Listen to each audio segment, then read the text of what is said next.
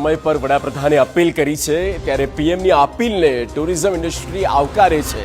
એક અંદાજ મુજબ 2023-24 ભારતીયોનો વિદેશ પ્રવાસનો ખર્ચ 2,72,000 કરોડ હતો અને જે વધ્યો 2025-26માં પહોંચી ગયો 3.5 લાખ કરોડ પર।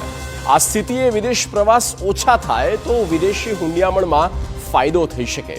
એટલું જ નહીં, દેશમાં જ પ્રવાસ કરવાથી ભારતના અર્થતંત્રને લાભ થઈ શકે અને પ્રવાસના ક્ષેત્રે રોજગારી વધી શકે। જો કે ભારતમાં પ્રવાસન ક્ષેત્રે હજુ ઘણી સુવિધાઓ વધારવી પડશે। અત્યારે હાલ આપણે વાત કરીએ તો કાશ્મીર, કુલુ મનાલી, શિમલા, કેરાલા કે દાર્જિલિંગ સિવાય કોઈ ડેસ્ટિનેશનો નથી કે જ્યાં ફરવા જઈ શકાય।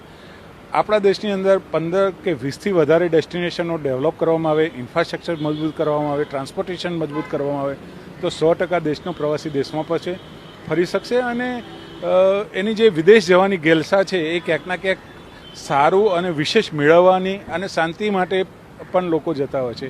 જે દેશમાં જ મળી જશે તો 100% પ્રવાસી ભારતમાં ફરતો થશે અને વિદેશી હુંડિયામણની બચત થશે।